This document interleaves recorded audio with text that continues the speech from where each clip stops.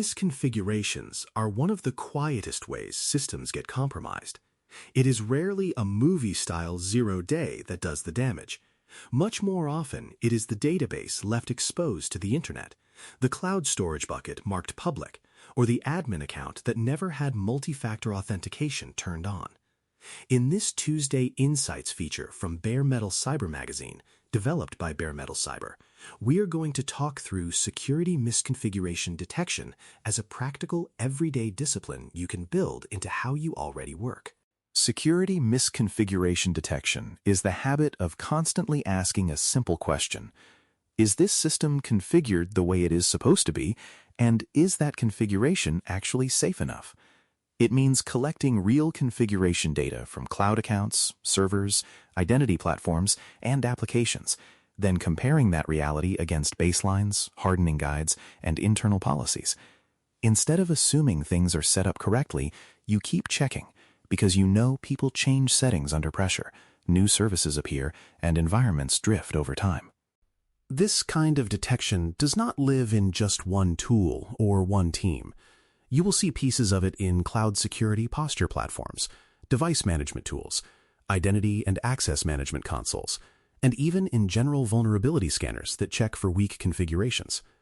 Misconfiguration detection sits in the middle of your stack. On one side are the systems and services themselves. On the other side are the standards that describe what good should look like. The real work happens where those two sides meet, in the comparison between how things should be and how they are. It helps to separate misconfiguration detection from related activities that people often blend together. Vulnerability scanning looks for known software flaws and missing patches. Penetration testing tries to chain weaknesses together into an attack path. Misconfiguration detection, by contrast, cares about the choices you make when you set things up. Which ports are open, which roles have which permissions, whether encryption and logging are turned on, and how exposed a resource is to the outside world. All three areas matter, but misconfiguration detection gives you a steady way to tighten the basic settings that make attacks easier or harder. Under the hood, most misconfiguration programs follow a simple loop: discover, compare, prioritize, and validate. First, you gather configuration data. That might come from cloud provider interfaces, configuration management tools, infrastructure as code templates, or agents on servers and endpoints. You need this visibility before anything else, because you cannot safely manage what you cannot see. This part of the work is often unglamorous, but it is the foundation for everything that follows. Once you have that data, you compare it against baselines and rules.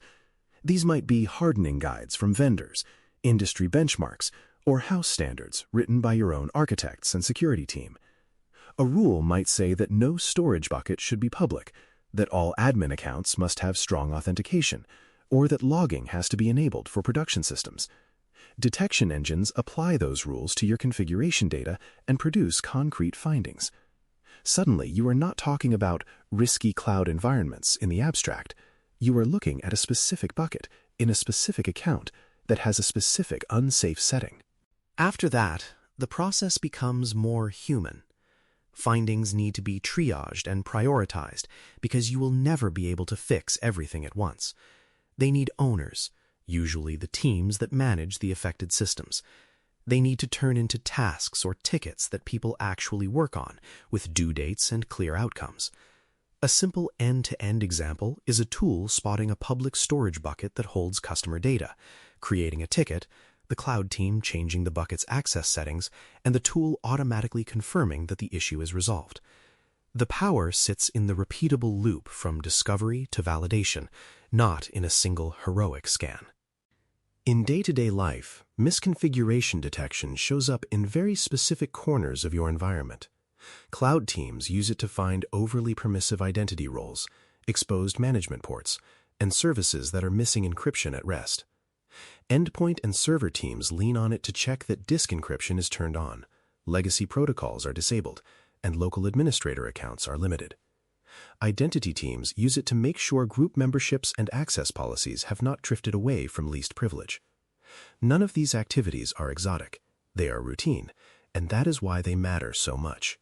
One practical way to build momentum is to start with a narrow slice where misconfigurations hurt you the most.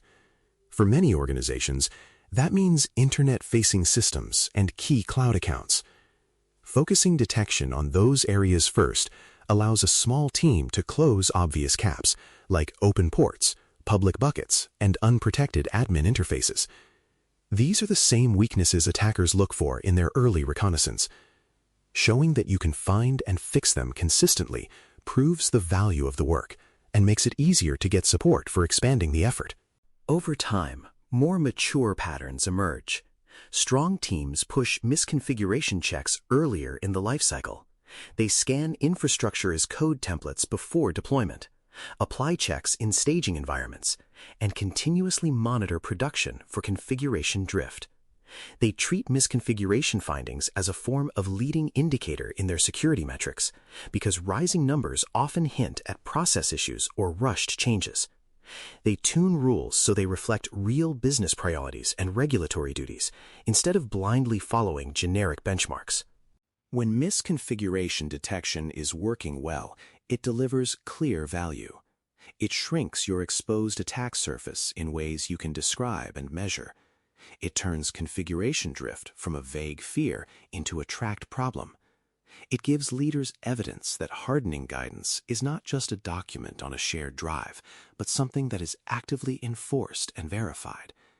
It also helps break down the false comfort of, "We set that up securely years ago," because it shows exactly where reality has moved on. At the same time, there are real costs and trade-offs. You need reasonably accurate, agreed baselines. Otherwise, the tools either drown you in noise or miss what matters. You need people with the skills and time to tune rules, understand findings, and talk to system owners in a collaborative way. You may need new tools or integrations. There is also a cultural cost if every misconfiguration ticket is seen as friction rather than a shared effort to keep the business safe. Without conscious prioritization, misconfiguration detection can easily become one more stream of alerts that everyone quietly ignores. There are also clear limits to what this approach can solve. Misconfiguration detection does not replace patching, secure development, logging, detection engineering, or incident response. It will not catch subtle business logic bugs, social engineering, or other purely human attacks. It can only see into systems it can reach, so third-party services, opaque legacy platforms, and poorly documented networks will still have blind spots. And if rules are too generic, you may end up chasing issues that do not materially change risk in your own environment. When misconfiguration work goes wrong, it tends to follow a familiar script. A tool is bought, deployed, and run once or twice. Dashboards fill with findings no one owns. The backlog grows until it becomes meaningless. Sometimes security teams try to handle everything themselves without bringing in operations, cloud, or application owners. In those situations, misconfiguration detection becomes a spectator exercise. A lot of observing, very little change. Another common pattern is treating scans as a box to tick before an audit, rather than as a regular part of operating the environment. Healthy signals look very different. Ownership for misconfiguration findings is clear, and routing rules send issues to the right teams automatically. Time to remediate is tracked for key classes of misconfigurations, and those times improve as people learn and processes settle. Configuration checks appear in change and deployment workflows, not just in periodic production scans. When incidents happen, reviews ask whether a misconfiguration contributed to the impact, and if it did, the relevant rules and baselines are updated. People across security, cloud, and operations can explain how misconfiguration detection fits into their work, instead of seeing it as something external. At its heart, security misconfiguration detection is about closing the gap between how your environment is supposed to be configured and how it actually runs on an ordinary Tuesday afternoon. It connects tools, policies, and human workflows in a loop that turns configuration data into decisions and real changes. It is especially powerful against recurring weaknesses like overexposed services, weak access patterns, and slow configuration drift. If you treat it as an ongoing practice instead of a one-time project, it can become one of your most direct levers for making attacks harder and your defenses more predictable. As you think about your own environment, it can help to ask a few simple questions.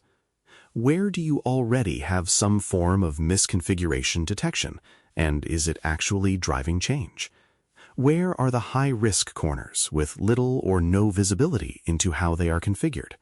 And what 1 or 2 steps could you take to move from ad hoc checks toward a more intentional, repeatable loop? Even modest improvements can pay off quickly when they close the very doors attackers tend to try first. Thanks for listening. For more audio courses, daily newsletters, and more, please visit baremetalcyber.com.